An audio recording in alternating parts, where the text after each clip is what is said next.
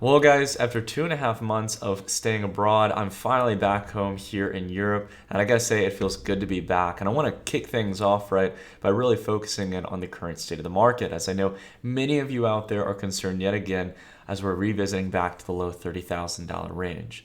And I don't want to so much focus on price today, as most people are looking at, but I want to rather focus on metrics, the data analytics and data science tools that we have at our disposal to get a real idea of whether or not this is a time to panic or a time to grow more optimistic and find opportunity. And it's going to be focusing really on the capital flows of the market, which is really what drives market cycles and market declines. Outside of that as well, we've got a sponsored review for OpenOcean, which is a really interesting protocol. So stay tuned, guys. You won't want to miss it. But let's go ahead and dive straight into the conversation. Now, when we take a look here at the price chart, guys, I get very clearly why people are concerned at the moment. You've got generally another retest here of the low $30,000 range that we've been trading towards over the last couple days and all the way through back here since mid-May. And outside of that as well, following my general principle of being a naked trader, I know that generally speaking, we've been setting in lower highs here. And this should be a general cause for concern. Again, if you are setting the expectations that Bitcoin's just going to recover like crazy. However, it tends to be that accumulation periods or these kind of mid-cycle corrections, especially the more exacerbated ones we've been seeing in this cycle due to margin trading and the abundance of credit and speculation in the market, that these are going to be a bit more exaggerated and they take time.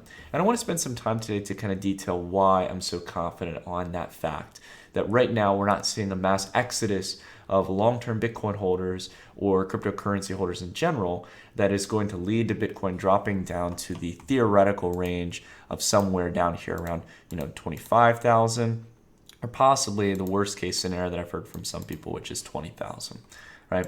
But let's go ahead and put that aside here. Let's go ahead and step away from the chart and focus in on something that a lot of people aren't looking at. And that is the actual amount of on-chain wallets that have specified amounts of Bitcoin. The reason why I actually want to focus on this today is because if we can see on-chain, if the number of wallets that hold 1, 10, 100, 1,000, 10,000 or more Bitcoin are increasing or decreasing, we can really start to see here on-chain what long-term holders or really whales or larger players in this space are doing. And the important thing to keep in mind, this is not meant to be insulting for those of you who might have a fraction of a Bitcoin or maybe only one Bitcoin in this case. That's perfectly fine. In fact, we're actually going to be looking at users who own one or more Bitcoin. That's important to measure.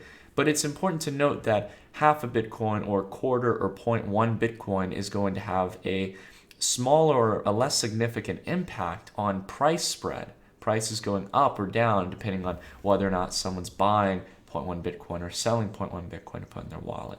So that's what we're focusing on today. The number of users who are holding a certain amount of Bitcoin, are they growing or declining? Let's go ahead and take a look at the wide range of metrics. I actually just got a subscription to Glassnode Studio. Again, they're not a sponsor or anything, but they're a really, really cool tool that I finally caved in and I decided to purchase. And they've got some really great metrics for Tier 2, which is the subscription we have. Now, I want to go ahead and just focus first on the lightest variable here that I think is important to focus on. Accounts with one or more Bitcoin in them, right? So of course, again, we're not negating that we might see some capital, in capital increases or decreases in these metrics that could lead prices up or down. But generally speaking, as we start to grow towards these larger wallets, these are the larger players in this space that have a couple grand or millions, if not billions of dollars invested in the space. Let's go ahead and take a look at this. So we've got two lines here in this chart. The orange line here signifies the number of addresses with a balance over 1 Bitcoin or more, right? And you can see here generally that since year to date, we're looking back here since January 1st, this has been on a general decline. Especially, it saw most of its significant decline here during the distribution phase. This white chart here is the Bitcoin price. And when we talk about these kind of rounding tops where things start to roll over, and as we focused on a lot back a couple months ago, focusing on the lower highs and lower lows that signified a trend reversal, you could start to see that the account balance or the amount of wallets here that had 1 Bitcoin or more dropped from around a peak here of 830,000 down here towards the sell-off of around 808,000. And again, we saw a pretty significant decline here in the metrics as well, going from the midpoint of June. I'm not 100% certain this is an anomaly or not, but putting that aside, What's been happening over the past couple weeks? What's been happening in the short, medium term trend since price action's been ranging in the same general price vicinity or kind of trading range since back in May? Well, we've actually been seeing a continuous increase in the amount of wallets that are holding one or more Bitcoin. About 7,000 additional wallets here that have been created over the past couple weeks since mid-June. So in about a month, 7,000 wallets have one or more Bitcoin more than previously. It's a pretty good metric, but that's one Bitcoin. Why don't we kick it up a notch here? Why don't we go to 10 Bitcoin, right? Maybe there's some of you out there who have really been long-term crypto advocates, might have 10 Bitcoin. It doesn't really matter if you do or don't. What we're really measuring here is what these players are doing. We've seen a general decline here in the metric all the way here since the beginning of the year on January 1st, down here towards early June. Most of this decline, bear in mind, happening within the distribution phase. People taking profits into the rally. This is what smart money does, folks. If you're going to be trading the market, you should be trading into periods of absolute FOMO when Dogecoin is at the sky-high levels, right? Now, again, we don't like to trade too actively here, but we did talk about the rounding lower highs and lower lows. And this is where people were taking profit. But what's really interesting is while everyone, in this sense, is panicking at the moment, while everyone is so concerned that the state of the market is in a dire state overall and that prices are going to continue declining, look at the orange line here. Albeit it's not a significant increase, it's not massive, exponential in a single or 2 day accumulation that everyone expects. Everyone just expects some big whale is going to come in. Everyone's going to FOMO at the same time. Prices are just going to go vertical. However, it doesn't work like that. Real accumulation is a slow, steady process where you start to dry up supply out of the market in a slow but steady fashion because people don't want to drag up the order book, right? They want to slowly accumulate. And look at this, right? Not a significant increase, but we've gone here towards adding a couple hundred wallets that have 10 or more Bitcoin now. Starting to reverse this trend. This looks like, to me, a clear bottom. And the more and more we get close towards around 147,000 wallets, which we're not very far away from, I think we've got a chance to see this metric continue climbing. But let's go even bigger, guys. Let's start getting towards the real whales in the space. 100 Bitcoin or more, right? Again, like all the other metrics, selling in and seeing a vast majority of its decline going through the distribution phase, the markets, the top here in regards to the short-term wave of the cycle. And we can see here that since back here in late May, we've been setting in higher lows and higher highs. We're not seeing these supposed major whales declining any significant amount of Bitcoin over the past couple weeks. They're not selling into this fear. It's quite interesting because price action in this case, or at least everyone's focused that, oh my God, we're continuously revisiting 30,000. Everyone's, supposedly looking at the short interest in this case, people who are taking short positions, which are probably just a couple whales trying to manipulate the derivatives markets, right? The actual Bitcoin holders who help determine spot price really aren't doing anything. Albeit these aren't perfect metrics because this is a wide range of users. We're taking a look across all the different levels here. 1,000 Bitcoin.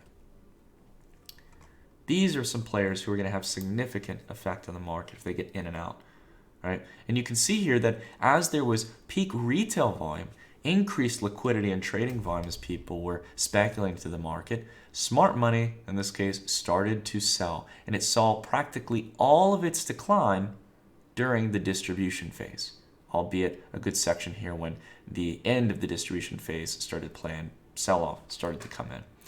But since back here, really on May 17th, or May 18th, we've been generally neutral in this case. There's no mass exodus of whales across the market. Where's the sell-off that everyone's talking about? Now let's take a look at the big kahuna here. Wallets with 10,000 or more, albeit some of these will probably be exchange wallets. But they do give us an actual gauge of the overall sentiment of distribution and accumulation phases. the number declines nearly 15% from around 100 wallets down to 85 at the peak of the market, and has remained neutral here during the sell-off phase. People took profits here, not here, when it comes to the smart money. The important thing to realize at the end of the day, guys, is that you're always going to have people trying to shape narratives here, especially when they have billions of dollars at stake and when there are new exciting markets and opportunities. And I want to focus here on a little bit of a story that I've seen kind of making the rounds in the headlines. Again, as per usual, it's some major finance name coming out and bashing digital assets in general. But I want to go ahead and talk about an important lesson of not focusing on what someone says, but what they do. Take a look here at this article. There was a ton of articles from CoinDesk, major media publications, everyone talking about a quote from BlackRock's CEO, Larry Fink. Right? He's been a long-term CEO at the company. BlackRock is a major financial institution. They manage over $9 trillion in assets. And he came out and stated during an interview with CNBC that he sees very little demand for cryptocurrencies. Now, I'm going to go ahead and take his statement with a grain of salt and hope that he was just implying that maybe retail volume is down right now. And if that's the point he's trying to make, then so be it. He's actually correct on that, right? It's not really a negative sentiment to share, right? But this also sounds to me a little bit like he's trying to state that we're not really interested in BlackRock. We're not looking to gain exposure to this asset. We're seeing very little demand for this. It's a fad. It's a part of the Wall Street bets craze in the market, and that it's never really going to stand on its own legs. And we've heard this time and time again from BlackRock, from major financial institutions, when at the same time, we see Capital Group,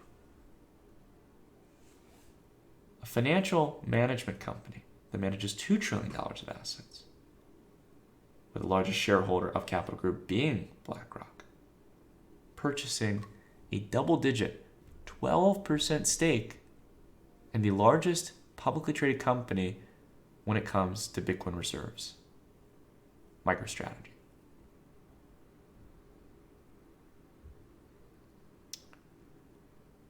Watch what they do, ignore what they say. If you guys want to verify this for yourself, you can go ahead and take a look at it. They bought nearly 1 million shares, or 12.2% stake, as per the SEC filing, which is public record.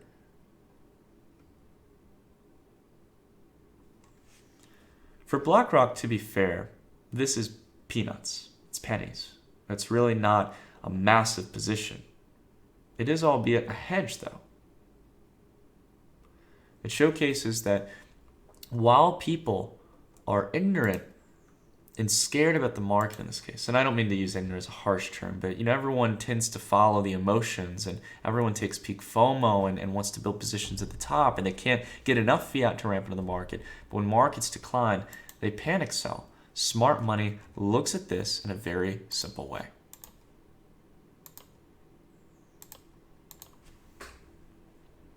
A 50% discount. Consistent support. They look at the on-chain metrics, they go, okay, people really aren't liquidating their positions. And in fact, exchange flows are starting to decline. Went from around 2,600,000 Bitcoin on exchanges down to 2,564,000. An exodus of over 36,000 Bitcoin. Right, we're starting to reverse that trend. You can see how it increased when prices declined. Looks like we might be going back to the long-term trend of declines for exchange reserves. Exchange net position, you can see it here. A decline, not an increase. They're looking at this and going, well, hold on a minute. Nice price decline. Exchange reserves are declining. Addresses with a specific balance are on the rise. This is a time to accumulate. Now, I remember back about a year ago, everyone was talking about the corporate treasurers. Actually just back a couple months ago with Tesla and MicroStrategy buying Bitcoin, everyone thought, oh, everyone's just going to go in and buy Bitcoin at 50, 60K when it's at all-time peaks. And in reality, that's not how corporate treasury managers work. They buy when there's discounts. They buy when they have a good profit in one of the other assets on their balance sheet, whether it be equities or fixed income products, and they're looking to circulate into discount opportunities. What looks cheap on the market, but what also is showing strength. And Bitcoin is one of those assets. Cryptocurrencies is the asset class that people are going to start focusing on as corporate treasurers. And Bitcoin, of course, will be the first focus point in this case. Plain and simple. There's no real debate about it. Bitcoin is going to be that asset. Perhaps ETH, perhaps Litecoin, perhaps a few of those other cryptocurrencies. But the metrics here that we're looking at today, the real hard chain metrics, are showcasing that we really have nothing to worry about. More than anything, we've set up the environment now where there's enough confidence and signal within the market data for institutions and those corporate treasurers with millions of dollars, if not billions of dollars, to play with, that it's an optimal time for them to consider possibly building some micro or small to medium level exposure. And that kind of liquidity in this market, slowly but steadily, will get us back to the previous all-time highs and will drive us to new all-time highs, hopefully going into 2022. So I've rambled on enough, guys. If you like this, go ahead and drop a like, and let's go ahead and dive into the conversation around OpenOcean. Alrighty, everyone. So in today's sponsored review, we're going to be taking a look over a website or protocol known as OpenOcean. Now, for those of you who are hearing about them for the first time, they're doing something incredibly important for the space.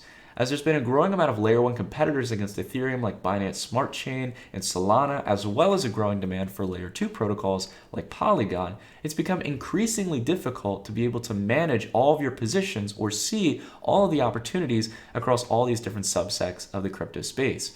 And that's exactly what OpenOcean is trying to solve for. It not only aggregates a wide range of layer 1 and layer 2 protocols within the crypto space, but it even taps into centralized exchange liquidity to provide deep liquidity for trading a variety of different pairs and assets.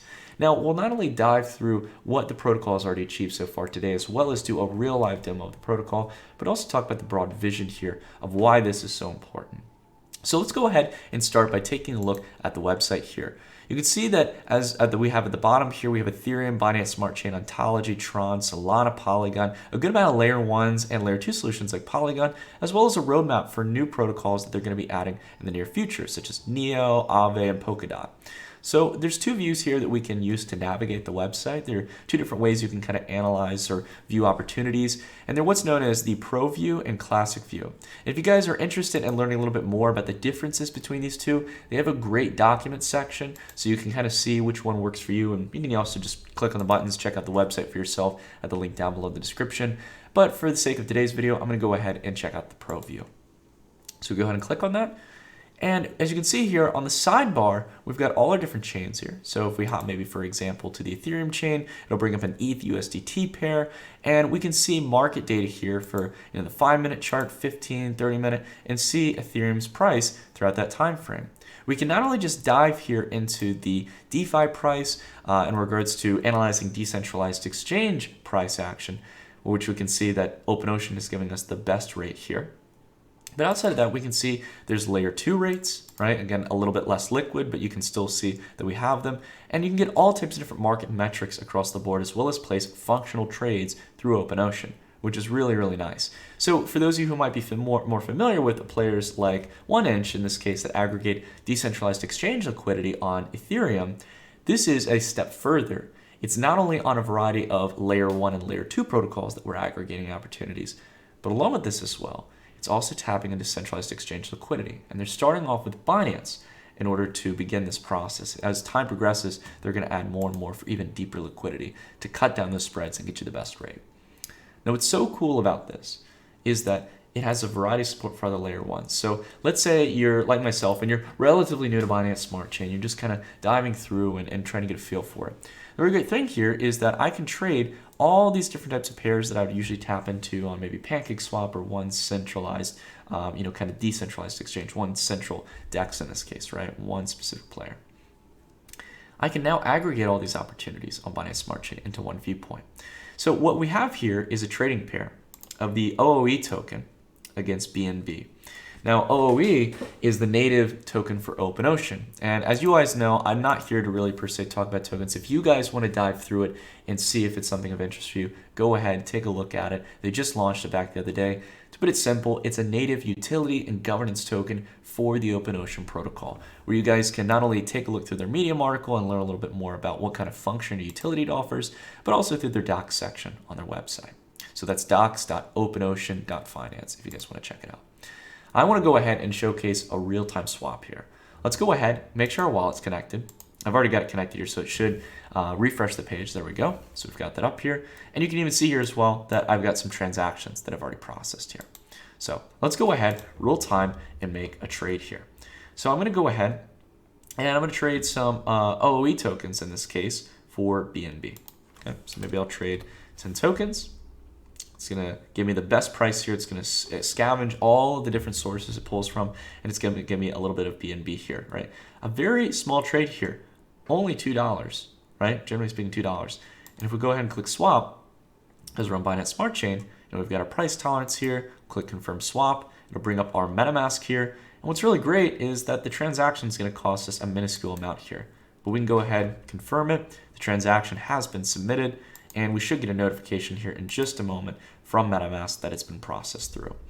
But what's nice here is that I was able to place this trade through a different user experience than I traditionally would. All right, there we go. I got my trade in there. It's showing my log here. Within just a couple seconds, no matter where I live in the world, I was able to place a trade here through OpenOcean, trading from one asset to another. All right. So this is really cool. I'm able to trade from one asset to another. I can swap them. So maybe I want to, go back and I actually want to get rid of some of my BNB and go to OpenOcean token, whatever it may be. And I can change the time frames. Now there's all types of things here that are really nice. The UX, even on the Pro version, is not overtly complex, and that's good. It should be simple and streamlined for me to be able to navigate as a new user. But what's really cool as well is that you can not only just swap, they also have pools and farming available. So if you want to be an LP in this case, they offer the ability to do so. So we can go ahead and do, for example, add some liquidity here. Let's say, for example, I wanted to add 0.01 BNB. Let's go ahead. We'll add OOE token. There we go. It does a little swish noise. Actually, I'm going to go ahead and do the max amount of my OOE tokens. Right. So let's see here real quick if I can do it. Now it's picking up my balance here. So I've got 140. And let's just go ahead and play it safe. I'm going to do about, because I don't have enough BNB, we'll do 30 OOE tokens. All right. So use about half of our BNB. We'll go ahead and click supply, confirm supply. Now, the first time you do this, you guys are going to have to actually go about basically allowing, in this case, to go through all these actions. But I've already done this before, right? I got the transaction confirmed here. And now we can go ahead and actually farm it, right? I've already got a little farm here. If I go to the OOE BNB farm, the APY is the APR is 293%. It's about nearly $2 million of liquidity. You can see here that I've already started to earn some OOE tokens by farming to the protocol. I just simply go ahead and deposit it, deposit the max amount, confirm, and within a couple seconds, we should be all good to go. And what I really like here so far is that I've had a lot of experiences where I've used like Web3 websites like this that try to aggregate opportunities, and they're just not really smooth in a lot of cases. But I have to say, so far, I'm really liking the UX overall for OpenOcean. Albeit there are some definite rooms and areas where they can continue to improve upon. I think it's great that they have so many opportunities already aggregated here, and the fact that they've got other layer 2s like Phantom and XDAI coming, that excites me. As Neo launches in 3, and Avalanche is growing traction, have these other protocols, and Polkadot as well. It's going to be really, really exciting to see how this ecosystem grows with more competing layer 1s and layer 2s and their DeFi ecosystems with their various tokens and opportunities. Now, there's a lot of different things that you guys can dive into if you're interested to learn about liquidity mining beyond what I talked about and have any questions. Again, you can always bounce to the docs. But there's a lot of different cool things that I think are exciting to look forward to. And that is the bridge that they're working towards making available here through OpenOcean. And that's going to allow you, in this case, to actually have a bridge between different types of ecosystems. And I know that this has been kind of a growing topic of discussion as layer 2s especially have started to take hold. They were a previous discussion as well with layer 1s. But I think what's so nice about this is that OpenOcean is going even a step further and allowing you to fully navigate and manage your assets from one chain to another, as well as accessing opportunities. And that's very important, right? If you want to go from Binance to Ethereum, it's great to have the UX here, which OpenOcean offers, but to have that bridge to go between Binance, Matic, and Polygon, that's extremely valuable. So I'm very excited to see this continue to get built out here, being able to bridge between assets here from all these different blockchains. But we'll have to give it time, all right? I think OpenOcean has made some great progress here over the past couple months. I know the project has been in works for a while, and I'm really excited to see how they continue to grow and develop as a project overall. And if you're like myself and you're kind of keeping on edge and stuff, looking into some of these various layer 1s and layer 2s, it might be a good idea to keep an eye on OpenOcean. Anyways, guys, that's it for today's video. If you like this review, consider dropping a like, leaving a comment if you have any thoughts on the review we did today, as well as the topics we covered beforehand. That being said, everyone, thank you all so much for watching as always and letting me ramble, and I'll see you all in the next video. Take care, everyone.